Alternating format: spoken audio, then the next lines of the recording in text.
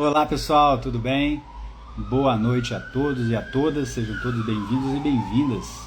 Desculpe o barulho aí externo, mas vamos para cima com mais um conteúdo super interessante que todos aqueles que têm alguma disfunção na tireoide, com certeza vai ter interesse nesse tema tão curioso e que vai ser de grande valia para todos e para todas. Sejam bem-vindos e bem-vindas mais uma vez, vão chegando, se acomodando, papel e caneta, que hoje vai ser mais uma live daquelas. Combinado, pessoal? Bem-vindos e bem-vindas, boa noite, boa noite. Deixar o pessoal chegando. Pessoal, já são 19 horas em ponto agora, horário de Brasília. Vamos lá, pessoal.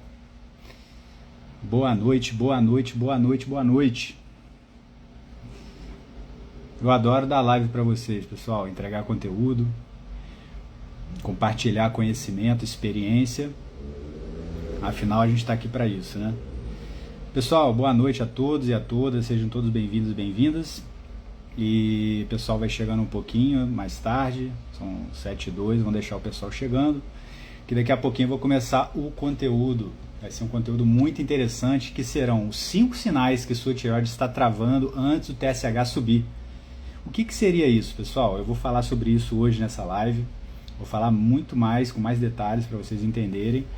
E isso é uma dica que eu entrego na minha consulta, nos meus cursos. É um conteúdo avançado, que talvez você nunca tenha ouvido falar aí, nenhuma consulta, nunca tenha lido. Mas vai ser muito interessante compartilhar isso com você, porque vai te ajudar na sua jornada da remissão. Muita gente me pergunta, falando em remissão, o que seria remissão? Remissão nada mais é do que a ausência de sintomas. O que é isso?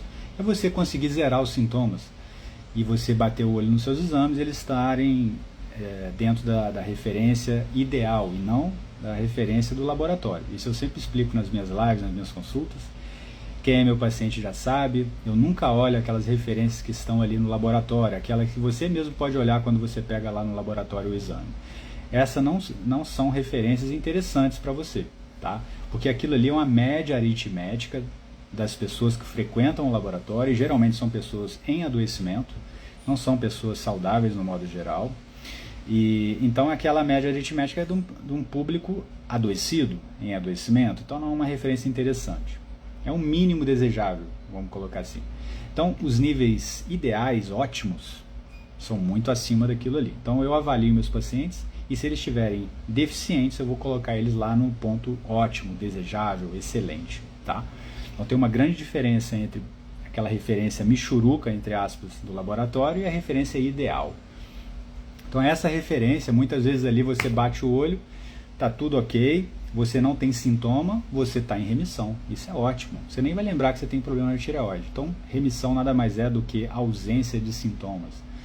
Você vai tocar a sua vida, ter uma vida normal, e de fato você não vai ter problema com a tireoide, isso é perfeitamente possível.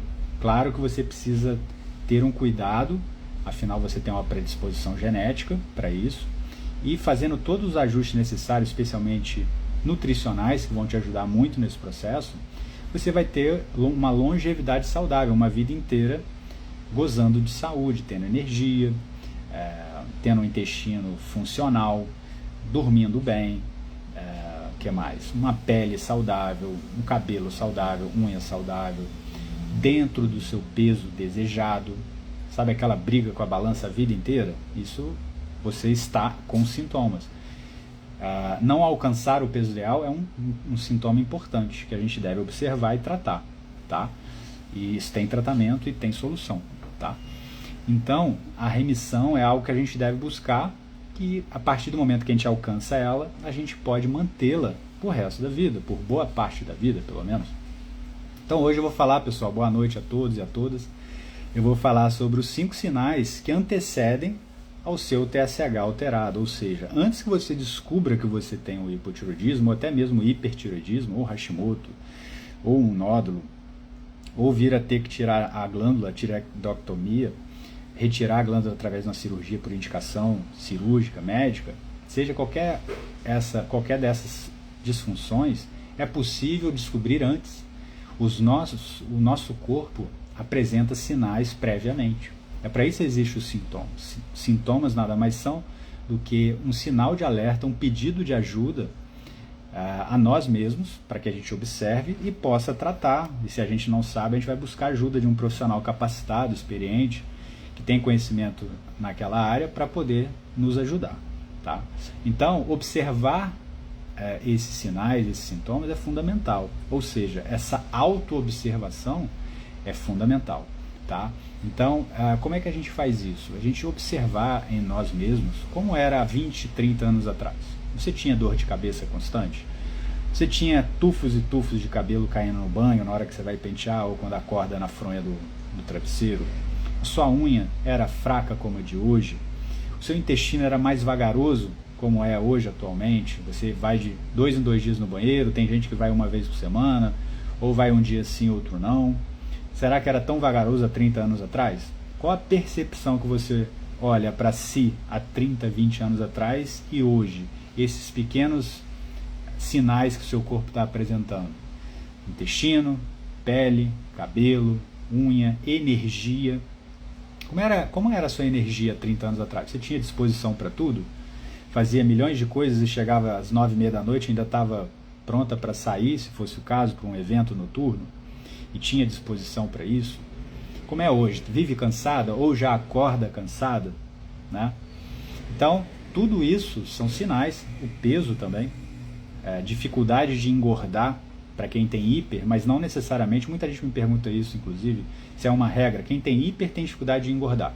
De um modo geral, sim, mas há exceções, não é uma regra. Cada metabolismo é único, cada indivíduo é único, cada um apresenta de uma forma, tem uma genética, uma história clínica, uma idade, uma predisposição, um cenário biológico e assim por diante. Então, de fato, cada um é de um jeito. Mas de um modo geral, o hipotiroidismo